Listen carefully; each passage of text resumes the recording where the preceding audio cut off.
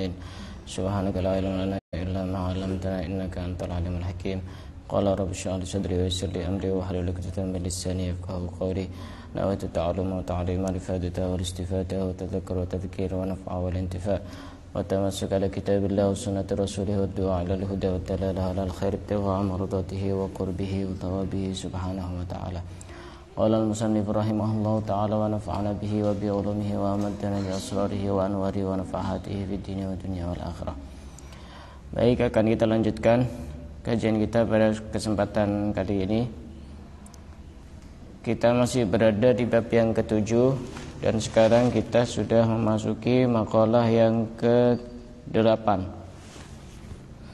dari kitab Syarah Nasaihul Ibad yang dikarang oleh Syekh Nawawi bin Umar dari Banten, Jawa Barat.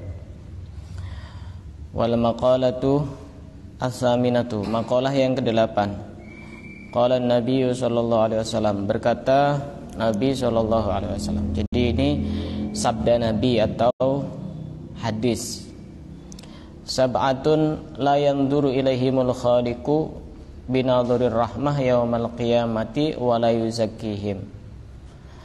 Ada 7 kelompok, ada 7 golongan yang nanti pada hari kiamat tidak akan dilihat oleh Allah. Tidak akan dilihat oleh Allah dengan pandangan rahmat, tidak dipandang oleh Allah dengan pandangan kasih sayang. Ada 7 kelompok. Ya kan percuma dipandang oleh Allah tapi tidak dengan kasih sayang. Anggap saja misalkan ada orang yang menurut kita itu baik, kita dipandang sama orang itu, tapi pandangannya bukan pandangan cinta, bukan pandangan kasih sayang, tapi pandangan murka atau benci. Itu kan juga percuma. Nah, Allah itu juga seperti itu. Nanti pada hari kiamat Allah akan memandang 7 kelompok ini dengan pandangan, bukan pandangan kasih sayang, tapi pandangan murka, pandangan benci, dan tidak dipedulikan oleh Allah pada hari kiamat. Wala yuzakkihim, dan Allah tidak menganggapnya sebagai orang yang baik. 7 kelompok ini. Maka kita jangan sampai masuk dalam 7 kelompok ini, karena nanti sebaik apapun kita tidak dipandang oleh Allah, tidak diperhatikan oleh Allah, tidak dipedulikan oleh Allah. Siapa 7 kelompok itu? Pertama, al-fa'ilu wal maf'ul, yaitu pelaku dan korban. Yang dimaksud di sini lebih khusus. Yang dimaksud adalah laki-laki yang berhubungan dengan laki-laki dan perempuan yang berhubungan dengan perempuan. Paham maksudnya laki-laki berhubungan dengan laki-laki? Paham? Itu kalau istilah sekarang itu homoseksual. Laki suka sama laki-laki, perempuan suka sama perempuan.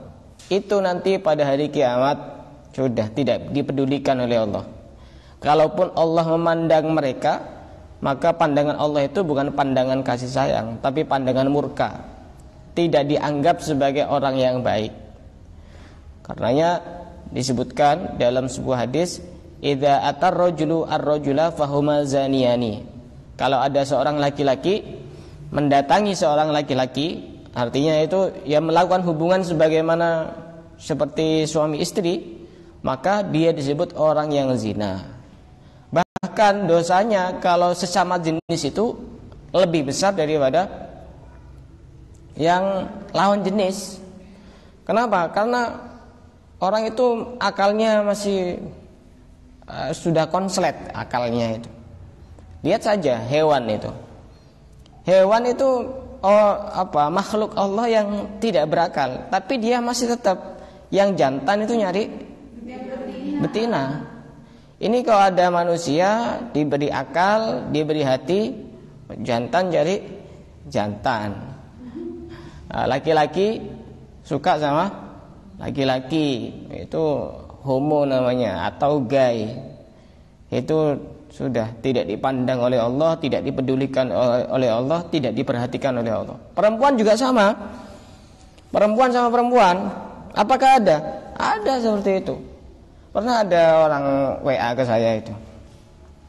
Dia punya adik perempuan, masih sekolah, tapi dia itu tidak normal, suka sama perempuan.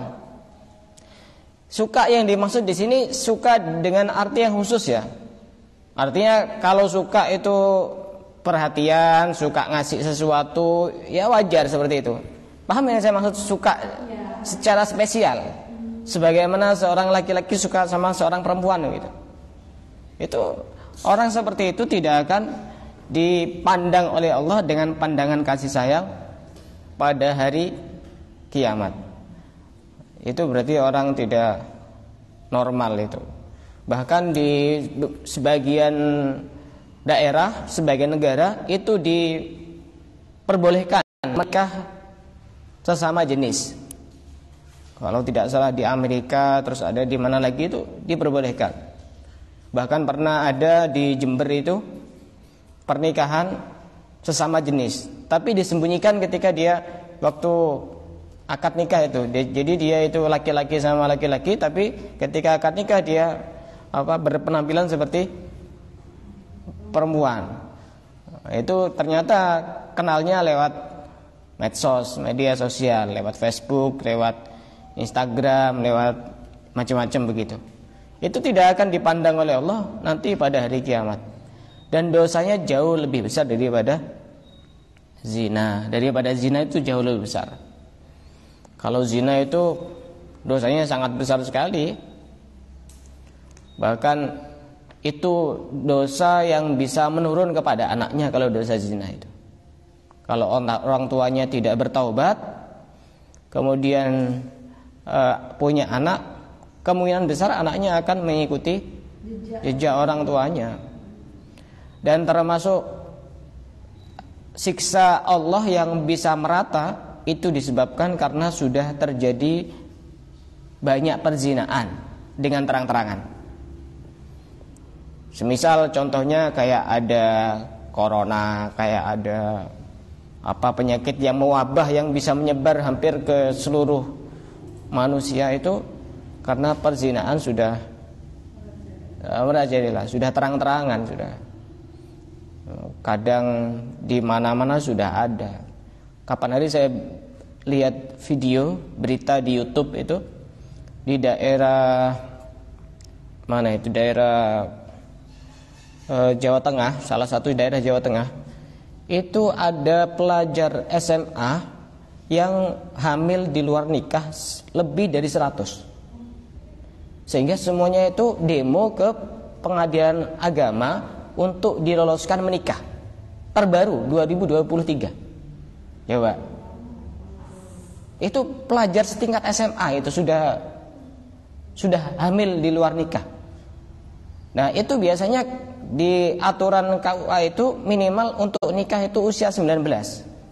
Kalau belum memenuhi 19 biasanya tidak diperbolehkan, harus sidang dulu.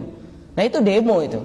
Kalau saya lihat di YouTube, di daerah mana saya lupa, itu 100 lebih pelajar, siswa dan siswi hamil di luar nikah. Di situ disebutkan alasannya karena pacaran kebablasan. Ya, sebenarnya bukan karena kebablasan, pacaran sudah mengarah ke sana. Bukan masalah kebablasan apa ada kebablasan. Karena ya tidak diperbolehkan seperti itu, berdua-duaan antara laki-laki dan perempuan yang masih belum ada hubungan yang sah. Tidak boleh seperti itu. Tidak diperbolehkan. Maka ini termasuk kelompok pertama yang nanti tidak dipandang oleh Allah dengan pandangan kasih sayang, tidak dipedulikan Allah, tidak dianggap sebagai orang yang baik, yaitu orang laki-laki suka sama laki-laki, perempuan suka sama. Kalau kita sendiri berpikir ya iya yang dicari itu apa itu, laki sama laki, perempuan.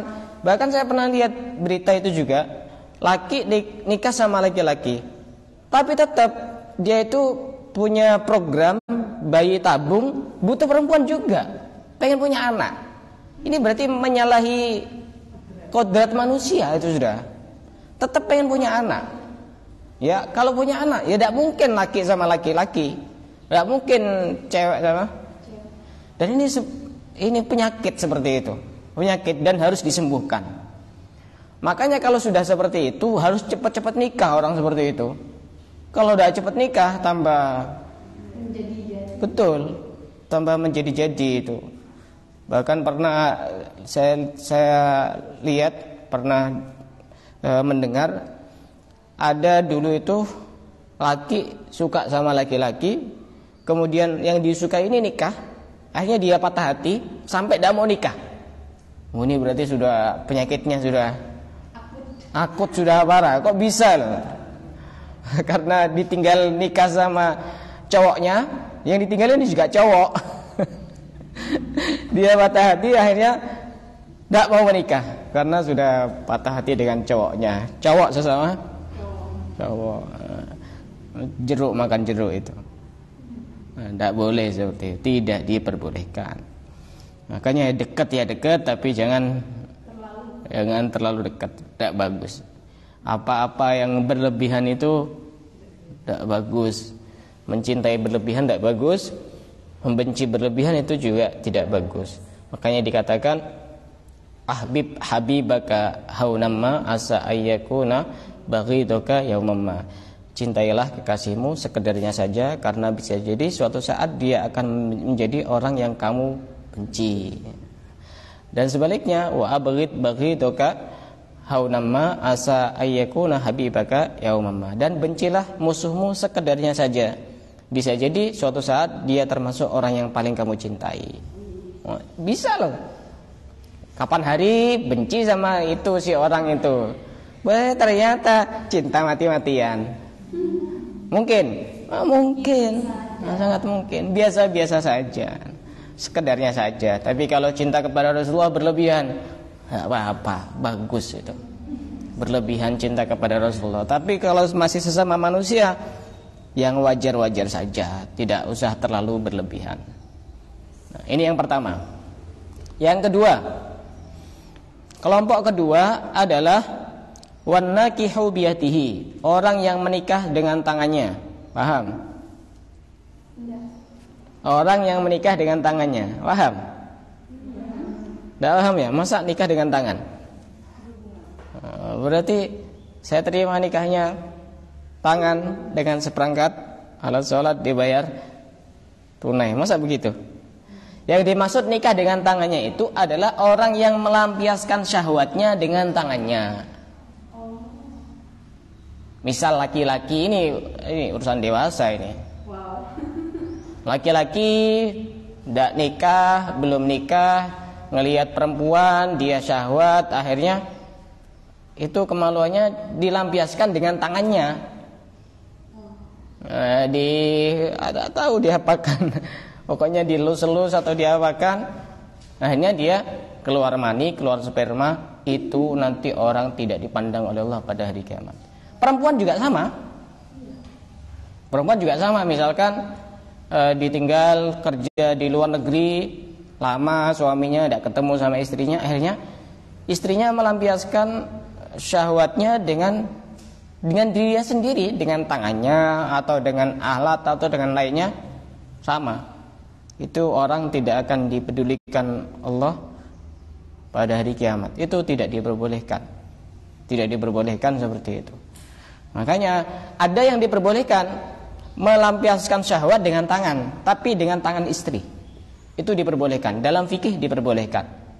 Satu contoh misalkan, ini pembahasan dewasa ya, pembahasan dewasa, tapi ya namanya ilmu ya harus disampaikan, khawatir salah paham. Kalau melampiaskan syahwat suami dengan tangannya suami sendiri, tidak boleh, hukumnya haram. Tapi kalau melampiaskan syahwatnya suami dengan tangan istri, boleh, hukumnya halal. Misal istri sedang berhalangan, sedang menstruasi, sedang haid, sedangkan suaminya ini syahwatnya bergejolak, memuncak, pengen dipuaskan. Terus gimana caranya? Coba. Sedangkan suami itu hukumnya haram berhubungan dengan istrinya pada saat haid. pada saat menstruasi. Tidak boleh. Ya salah satu solusi diantaranya puaskan suami dengan tangan istri, itu boleh. Boleh itu. Tidak usah tanya caranya bagaimana. Boleh seperti itu. Tapi kalau dimasukkan ke alatnya istri itu, tidak boleh itu. Oh, tidak boleh seperti itu. Itu kalaupun nanti punya anak, itu anaknya bisa cacat. Tidak boleh. Hukumnya haram. Hukumnya haram. Berhubungan pada saat haid.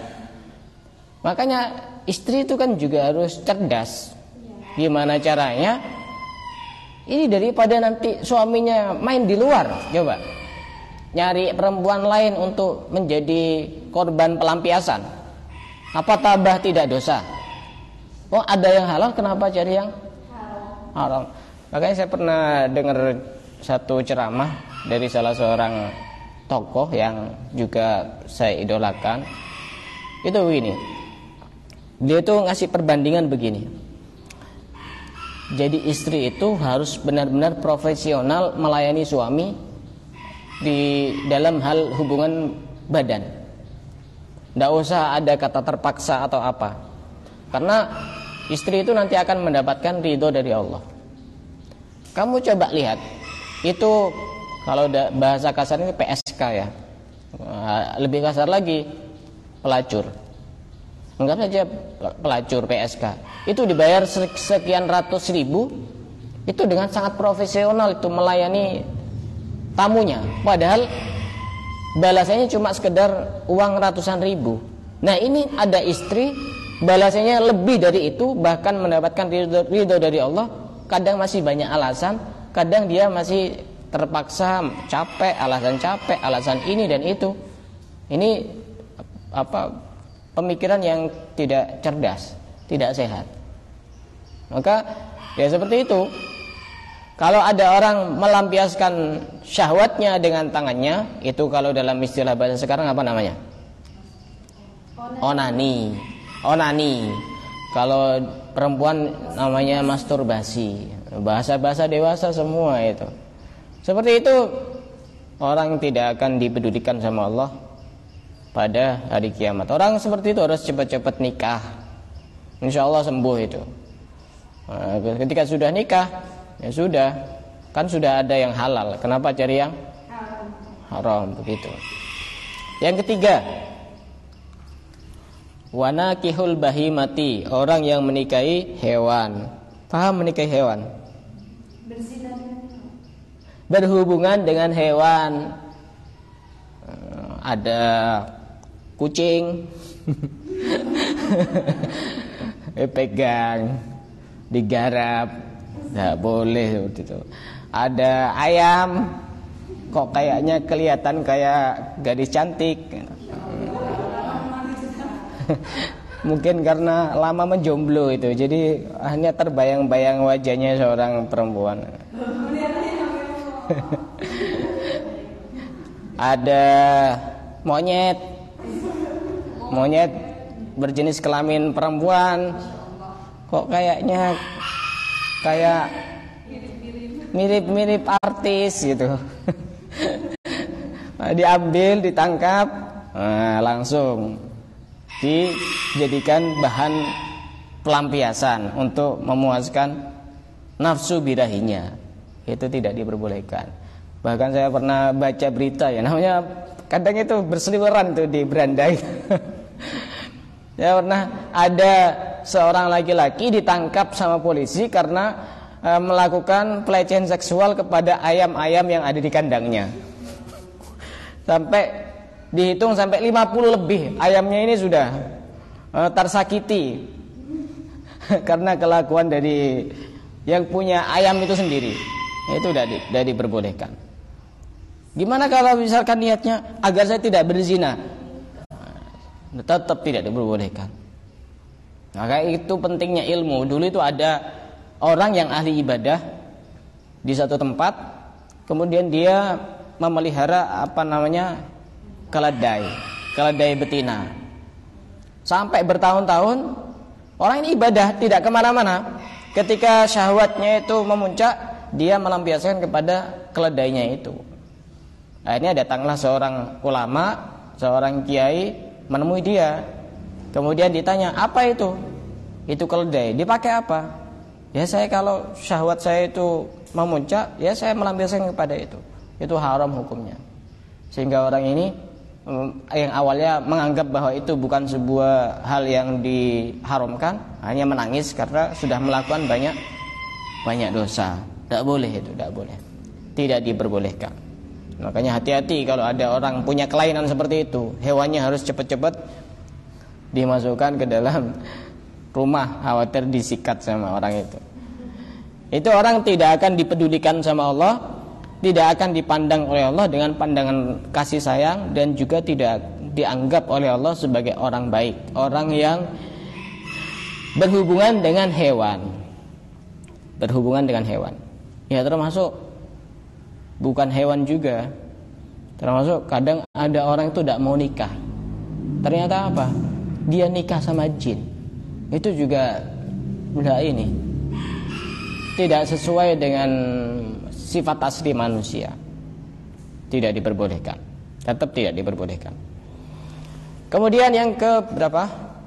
4. Wa nakihul mar'ati min duburiha. Seorang suami yang berhubungan badan dengan istrinya tapi melalui duburnya. Dubur itu jalan belakang, tempat keluarnya kotoran, dimasukkan ke situ.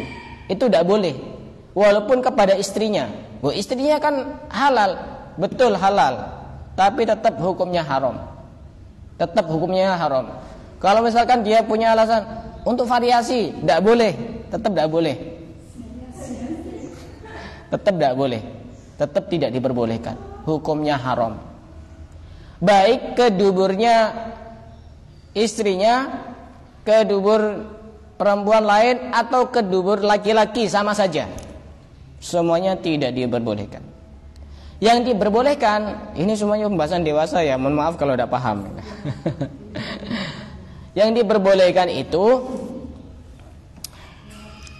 kalau suami berhubungan dengan istri lewat belakang, tapi yang dituju depan. Paham enggak? Enggak paham ya, enggak apa-apa.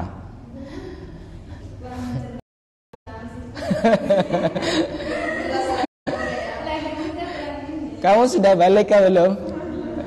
Belum? Belum? Oh belum.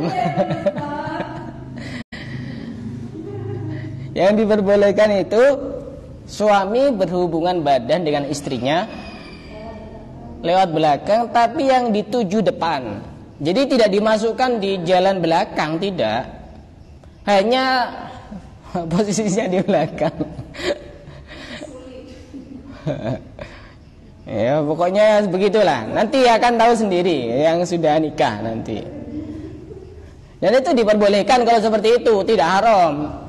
Karena yang dituju tetap depan, begitu loh. Yang dituju tetap depan. Misal contohnya begini loh, paling gampang itu begini. Mau datang ke sini bisa lewat jalan depan sana, bisa lewat sini. Tapi yang dituju tetap sini. Ini kan ada gerbang ini. Di barat ini kan berarti lewat belakang.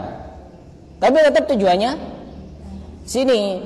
Ada lewat sana, tujuannya tetap. Boleh apa tidak boleh? Boleh. Mau kamu langsung loncat dari atas langsung ke sini juga boleh. Tidak apa-apa. Itu tidak apa-apa. Maka jangan sampai belajarnya itu separuh-separuh. Misal pernah mendengar satu ayat, nisa'ukum harsul lakum fa'tu harsakum anna syi'tum. Istri kalian itu adalah ladang untuk kalian. Maka ya terserah kalian mau nanam pakai cara bagaimana, tapi itu juga tetap ada batasannya. Nah, menanam sesuatu kan harus pada tempatnya. Iya, kalau ladang itu ya di ladangnya, tidak bisa pas disebar nyampe ke aspal. Ya tidak bisa. Sama seperti masa nanam benih di lewat jalan belakang. Ini kan berarti tidak sesuai dengan syariat. Tapi kalau masalah gaya itu terserah mau gaya apa. Nah, begitu. Kalau masalah gaya itu terserah. Yang penting intinya harus itu tujuannya itu begitu. Begitu. Tapi ya ini terutama yang sudah punya anak harus hati-hati. Ini ilmu penting loh sebenarnya. Yang sudah punya anak, walaupun anaknya masih kecil, hindarkan itu, jauhkan. Kalau ada suami sama istri lagi berhubungan, jauhkan. Karena pernah ada kejadian, saya dengar sendiri dari seseorang itu. Orang sini sekitar Situbondo. Jadi ada anak usia sekitar 7 tahun atau 8 tahun itu dia punya kelainan. Jadi sering menggesek-gesek alat vitalnya itu. Setelah ditelusuri ternyata dia masih satu kamar dengan bapak ibunya, dan bapak ibunya itu tidak tahu situasi dan kondisi ketika berhubungan suami istri, anaknya tidak disingkirkan atau cari tempat lain. Seperti itu pengaruh. Berarti ngajarkan anak sesuatu yang tidak bagus ya, walaupun halal ya. Ya tapi harus tahu tempat. Ya mungkin taruh di ruang tamu anaknya atau taruh di mana, yang penting jangan taruh luar, takut hilang. Intinya ya itu urusan privasi. Walaupun anaknya sendiri yang tahu ya tetap tidak diperbolehkan.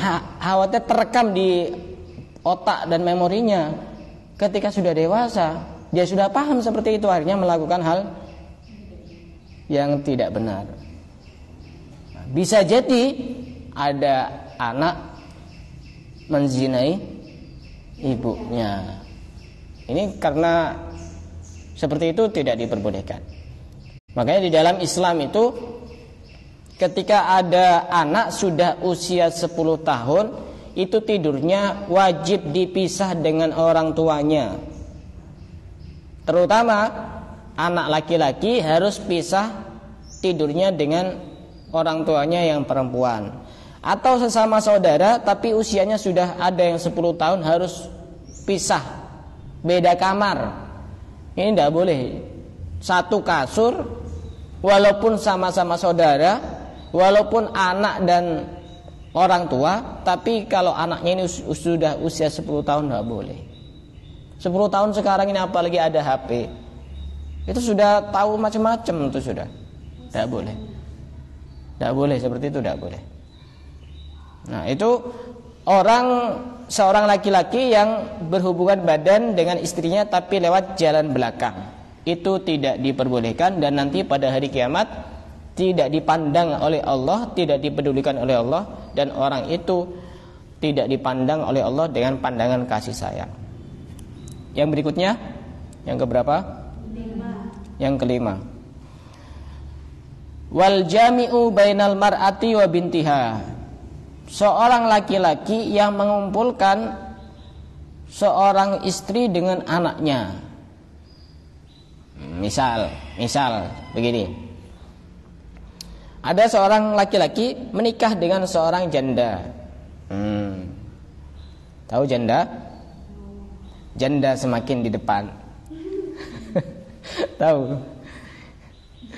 Itu iklan sepeda motor. Honda semakin di depan, bukan janda. Oh, tak connect. Itu iklan sepeda motor itu. Janda, bukan janda, Honda. Honda semakin di depan. Ada seorang laki-laki nikah dengan seorang janda. Ya tidak harus janda, walaupun ya yang paling masuk akal ya janda. Ada juga yang perawan tapi janda rasa perawan karena sih belum dianukan sama sekali. Ada janda dinikahi sama seorang laki-laki. Si laki-laki ini masih belum tahu kalau janda ini punya anak yang sudah dewasa, usia 20 tahun. Misalkan sudah nikah. Dia ada 1 minggu, mungkin anaknya ini lagi kemana begitu kerja, akhirnya pulang. Akhirnya si laki-laki ini tanya, ini siapa ini? Oh, ini anak saya ini. Wah, kok cantik ini anaknya ini.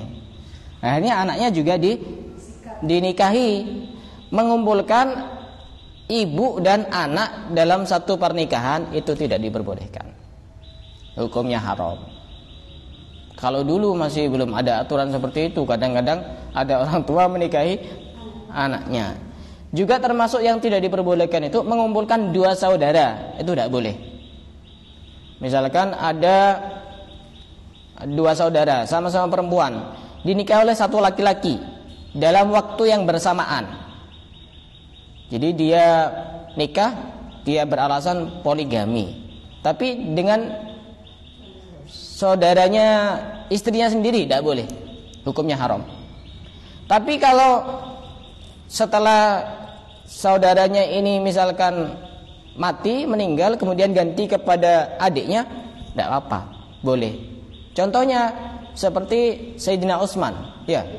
Sayyidina Utsman bin Affan pertama menikah dengan Sayyidah Ruqayyah, ya. Ummu Kulsum apa Ruqayyah dulu ya? Saya lupa.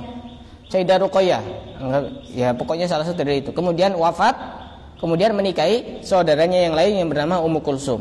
Itu diperbolehkan. Tidak apa-apa kalau seperti itu. Hah? Sama. Kalau cerai pun juga boleh, tapi ini sangat susah masuk akal kalau cerai itu. Ya. Kalau ditinggal mati masih masuk akal. Kalau misalkan ada laki-laki menceraikan istrinya, kemudian ini kok kayaknya lebih menarik adiknya ini, kayaknya susah itu kalau model cerai itu. Tapi kalau ditinggal mati ya masih mungkin saja. Tapi kalau cerai itu, oh ini sudah diceraikan, ini serakah ini. Kok tambah nyari saudaranya? Ya mungkin saja, ini itu diperbolehkan, sangat diperbolehkan. Ya bisa jadi mungkin orang tuanya sudah ada semuanya, keluarganya ada semuanya, kerabatnya ada semuanya, tinggal dua itu. Ceraikan, akhirnya ini dinikahi. Ya bisa jadi. Itu tidak boleh. Nanti akan tidak dipedulikan oleh Allah pada hari kiamat. Tidak diperhatikan, tidak dipandang dengan pandangan kasih sayang. Yang berikutnya, yang ke-6 ya. Wazani bihalilati jarihi, orang yang berzina dengan istri tetangga. Tidak boleh. Kalau tadi masih membahas istrinya sendiri semua itu tadi, masih halal-halal semua, tapi karena caranya yang tidak benar maka jadi haram. Ini berzina dengan istri tetangga tidak diperbolehkan. Apa kalau istilah bahasa Indonesia itu apa? Bukan, yang rumput tetangga lebih hijau gitu. Makanya ya harus merem terus. Kan sudah diajarkan di dalam Islam itu, kalau ada seorang laki-laki melihat perempuan yang lain, dia kok merasa tertarik karena mungkin lebih cantik, lebih menarik atau lebih apa, cepat-cepat cari istrinya. Karena bahasa hadisnya itu ya, yang ada di sana sama seperti yang ada di sini. Sama kan? Tidak ada yang beda. Ya begitu. Tidak kira berubah bentuknya itu. Tahu? Bentuknya yang di sana, yang di sini sama. Tidak ada bedanya. Nah, kalau misalkan, wah itu lebih cantik, ya tinggal matikan saja lampunya, kan sama aja. Tidak boleh seperti itu. Harus cari yang halal. Apalagi ini berzina dengan istri tetangganya, tidak diperbolehkan. Hukumnya haram. Kalau dalam Islam, kalau dia sudah menikah, si laki-laki sudah menikah, hukumannya dilempar batu sampai mati. Kejam itu. Tapi itu nanti sebagian ulama berpendapat nanti ketika di akhirat dia sudah tidak disiksa. Tinggal pilih disiksa di dunia apa pilih disiksa di akhirat. Makanya godaannya laki-laki itu perempuan. Godanya perempuan, harta dan perhiasan. Kapan hari ada seorang ustadz di Jember ditangkap karena mencabuli muridnya 4. Sekarang ditahan. Makanya jadi istri harus benar-benar profesional untuk bagaimana caranya agar suaminya itu ya tetap bertahan untuk di situ saja, tidak kemana-mana. Harus benar-benar dikontrol agar tidak jajan di mana saja, gitu. Kemudian yang berikutnya, wal mu'dzi jarahu, orang yang menyakiti tetangganya. Hati-hati jangan sampai menyakiti tetangga. Itu nanti pada hari kiamat tidak diperhatikan oleh Allah, tidak dipedulikan sama Allah, dicuekin sama Allah. Termasuk hak-hak tetangga itu, termasuk menyakiti hak tetangga. Kalau ada yang sakit kita cuek, itu berarti termasuk tidak peduli sama tetangga. Kalau urusan tetangga itu tidak usah tanya dia Islam atau bukan. Hak kita ya memang baik sama tetangga. Kalau dia sakit kita jenguk. Kalau ada yang mati kita takziah, jangan ziarah. Dia berhutang misalkan kita hutangi.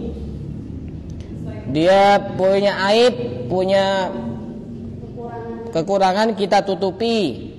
Kalau lagi mendapatkan kebaikan kita ucapkan selamat.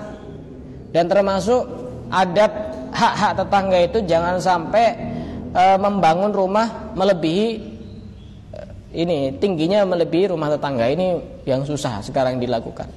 Karena sekarang rumahnya orang itu tinggi-tinggi. Alasannya apa? Khawatir angin itu terhalang oleh rumahnya kita itu, sehingga rumah tetangga itu, apalagi orangnya miskin, tidak punya kipas angin, tidak punya AC, itu sama dengan mengambil hak-haknya tetangga. Termasuk juga di sini termasuk menyakiti tetangga itu jangan sampai menyakiti tetangga dengan kuah yang kita masak. Kadang orang itu kan masak, baunya itu masya Allah, kayaknya masak ikan laut campur cabai, campur bawang merah, bawang putih, campur tomat. Tetangganya itu mencium baunya. Tapi cuma mencium baunya saja, tidak dikasih apa-apa. Makanya yang bagus itu kalau misalkan masak yang sesuatu yang sekiranya baunya itu sampai ke tetangga, itu lebih baik masak kuah. Baginya itu gampang, dibagi kasih walaupun cuma sedikit. Itu tidak sampai membuat hati tetangga itu teriris-iris. Apalagi emang dia itu tidak mampu. Kalau dia tetangganya kaya, tinggal beli saja, gampang. Coba kalau tetangganya lama pengen itu, ternyata hanya cuma mencium baunya, itu sama dengan menyakiti tetangga. Termasuk juga adab kepada tetangga itu, hak-hak tetangga itu, ini penting, tapi sering dilakukan oleh anak-anak kecil. Kalau ada orang tua belikan makanan kepada anak kecil, itu jangan sampai ketahuan sama anak tetangga. Loh, kenapa? Kan uangnya sendiri. Khawatir anaknya tetangga itu pengen lapor kepada orang tuanya tidak punya uang. Itu tidak termasuk menjaga hak-hak tetangga. Beli permen, beli apa, kecuali boleh diperlihatkan tapi berbagi. Makanya saya itu biasanya ngelarang anak saya kalau lagi makan jangan di depan temennya, kecuali dikasih temennya, tidak apa-apa. Tapi kalau makan di depan temennya, makan es krim temennya, namanya anak kecil ya, ngeliat terus, ya apa hatinya itu? Ya apa hatinya anak kecil? Kalau setelah pulang bilang ke ibunya, Bu, pengen es krim. Nah, ibu tidak punya uang, nak. Ya apa coba? Hatinya anak kecil itu. Gara-gara siapa? Gara-gara si anak yang makan es krim itu. Salahnya siapa? Salahnya orang tua, tidak mendidik anaknya. Itu hal-hal yang sepele itu. Makanya yang paling ini kepada tetangga itu biasanya orang-orang desa itu. Sosialnya itu tinggi. Jadi kalau dapat apa gitu dibagi kanan kiri depan belakang sampai banyak walaupun sedikit-sedikit. Itu bagus. Karena orang yang menyakiti hati tetangganya itu dia tidak akan dipedulikan oleh Allah. Menyakiti ya banyak contohnya, di antara contoh menyakiti itu ya mencela, menghina, memukul, memfitnah, mengadu domba, tidak saling sapa. Itu juga sama dengan menyakiti hati tetangga. Maka 7 kelompok itu tidak akan dipandang oleh Allah dengan pandangan kasih sayang, dan nanti pada hari kiamat orang itu tidak akan dianggap sebagai orang baik dan nanti akan dimasukkan ke dalam api neraka. 3 ancaman ini. Saya ulang kembali, saya simpulkan 7 kelompok itu. Yang pertama adalah pelaku homo dan lesbi. Laki-laki suka sama laki-laki, perempuan suka sama perempuan. Kemudian orang yang melampiaskan syahwatnya dengan tangannya, orang yang onani. Kalau perempuan orangnya masturbasi. Yang ketiga, orang yang berhubungan dengan hewan, kuda, anjing, monyet dan lain sebagainya, tidak boleh. Yang keempat, seorang laki-laki yang menikahi, yang berhubungan dengan istrinya, dengan istri yang sah tapi melalui jalan belakang. Yang kelima adalah seorang suami yang menikahi 2 orang, yaitu istri dan anaknya sendiri. Tidak boleh. Yang ke-6 yaitu seorang laki-laki yang berzina dengan istri tetangga. Dan yang ke-7 adalah orang yang menyakiti hati tetangganya. Ini termasuk apalagi sudah menyakiti dan berhubungan 2. Sudah menyakiti juga berhubungan dengan istri tetangganya. Maka harus hati-hati, terutama tetangga-tetangga yang sudah ditinggal suaminya keluar kota, suaminya kerja ke luar negeri. Itu harus benar-benar waspada. Kalau imannya tidak kuat, bisa melakukan hal-hal yang tidak diperbolehkan oleh Allah Subhanahu wa ta'ala. Dan insyaallah akan kita lanjutkan pada pertemuan yang akan datang.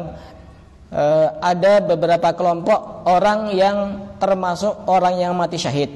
Jadi orang yang mati syahid itu bukan cuma orang yang berperang melawan orang-orang kafir, tapi ada beberapa orang yang masih memungkinkan kita sebagai orang yang mati syahid. Siapa saja orang yang disebut orang yang mati syahid, insyaallah akan kita lanjutkan pada pertemuan yang akan datang. Ada yang mau ditanyakan?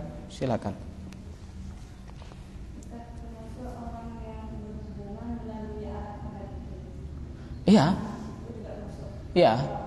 Iya, termasuk itu. Termasuk alat-alat yang maksud alat-alat untuk melampiaskan syahwat kan? Iya, termasuk. Iya, biasanya ada yang jual itu. Ada alat mirip alatnya laki-laki, ada alat mirip alatnya perempuan ya. Zaman sudah seperti itu sudah. Sama, hukumnya sama, tidak diperbolehkan. Kenapa? Mending nikah saja. Iya, mending nikah saja. Ditunggu undangannya. Ada pertanyaan lain? Silakan. Kalau tidak ada, kita cukupkan sampai di sini. Wallahu a'lam bishawab.